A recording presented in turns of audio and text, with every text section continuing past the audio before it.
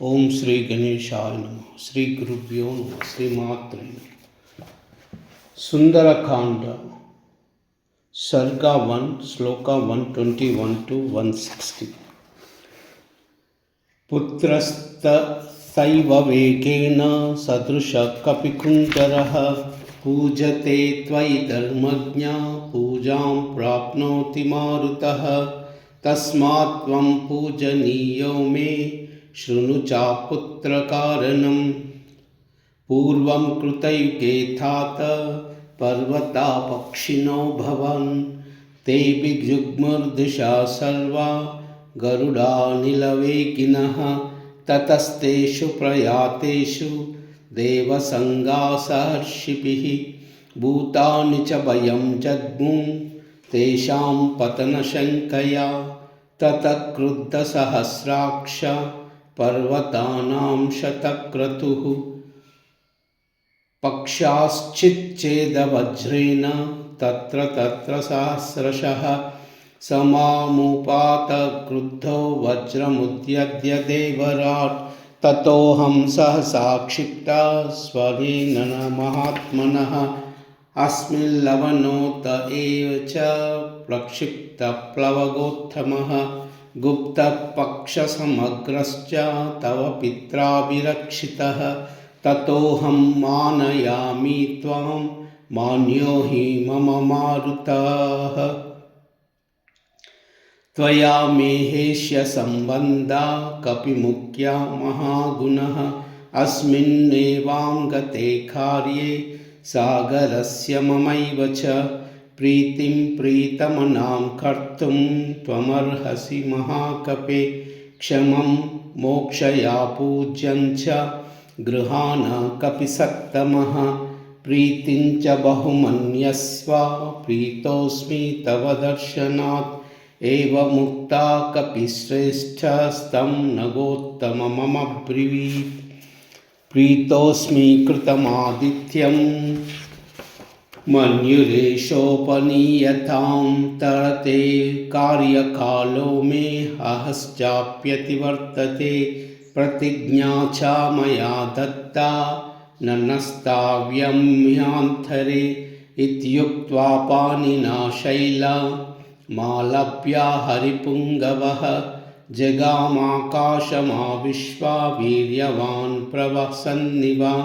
स पर्वतसमुद्राभ्यां बहुमानदवेक्षितः पूजितश्चोपबन्नाभिराशीर्भिरनिलात्मजः। अथोध्वं धूरमुत्प्लुत्वा हित्वा शैलमहार्णवौ पितुः पन्दानमास्ताय जगाम विलम्बरे। भूयश्चोर्ध्वगतिं प्राप्य गिरिं तमवलोकयन्। वायुसूनुर्निरालम्बे जगाम विलम्बरे। त्वद्वितीयं हनुमतो दृष्ट्वा कर्मसु दुष्कर्म प्रयस्वं सुसुरा सर्वे सिद्धश्चापरमहर्षयः। देवताश्च भवान् हृष्टान् तत्रस्तास्तस्र कर्मणा। काञ्चनस्य सुनाभस्य सहस्राक्षास् वासवः उवाच वचनं धीमान् परितोषात् सदद्गमं। सुनाभं पर्वतश्रेष्ठं स्वयमेव शचीपतिः हिरण्यनाभशैलेन्द्र परितुष्टोऽस्मि सेवृशम्। अभयं ते प्रयच्छामि तिष्ठ सौम्य यदा सुखं। साहाय्यं कृतं ते सुहृद् विक्रान्तस्य हनूमतः। क्रमतो योजनशतं निर्भयस्य भयोऽसतिः। रामात् ऐषधि दूतेन याति दाशरथे हरिः। सत्क्रयां कुर्वता तस्य तोऽस्मि दृढं त्वयाः। ततः प्रहर्षमगद्भत् विपुलं पर्वतोत्तमः। देवतानां प्रतिं दृष्ट्वा परितुष्टुं शतक्रतुं। स्तवैर्दत्तवरो शैला बभुवा स्थितस्तदा। हनुमद्वांशमूर्तेन व्यतिचक्राम सागरं।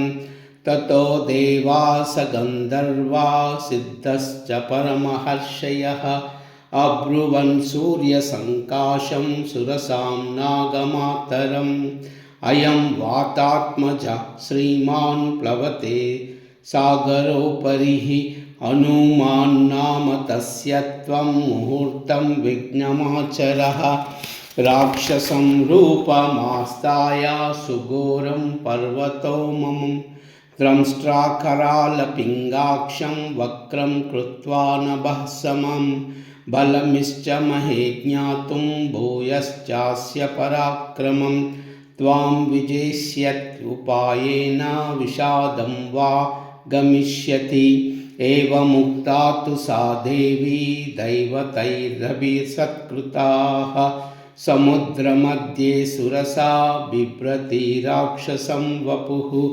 विकृतं च विरूपां च सर्वस्वभयापहं प्लवमानं हनुमन्तम् आवृत्तेऽधम् उवाच मम भक्ष्या प्रदिष्टत्वम् ईश्वरैर्वानरर्षभ अहं त्वा भक्षयिष्यामि प्रविशदं ममाननम् रामो दशरथी नामा प्रविष्टो दण्डकारवनं लक्ष्मणेन सह भ्राता वैदेह्या चापि भार्यया अन्यकार्यविषक्कस्य बद्धवैरस्य राक्षसै तस्य सीता हृता भार्या रावणेन यशस्विनी तस्या सकाशं दूतोऽहं गमिष्ये रामशासनात् कर्तुमर्हसि रामस्य साहाम्यं विषयवासिनी अथवा मैथिलीं दृष्ट्वा रामं चाक्लिष्टकारिणम्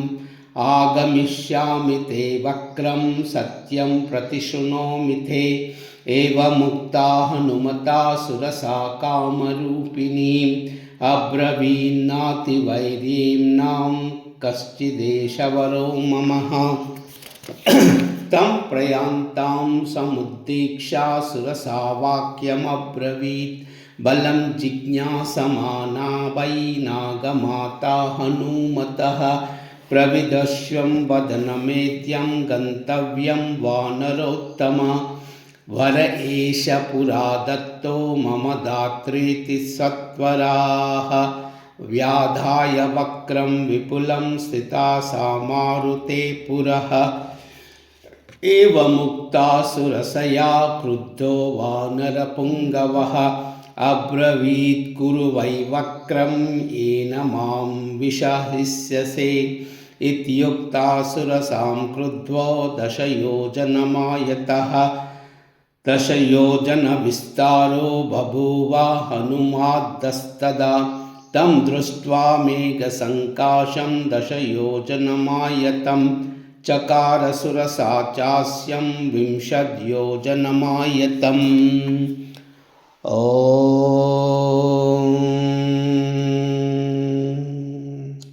श्रीराम श्रीराम श्रीराम श्रीराम श्रीराम श्रीराम श्रीराम श्रीराम श्रीराम श्रीराम श्रीराम श्रीराम श्रीराम श्रीराम श्रीराम श्रीराम श्रीराम सर्वमंगल।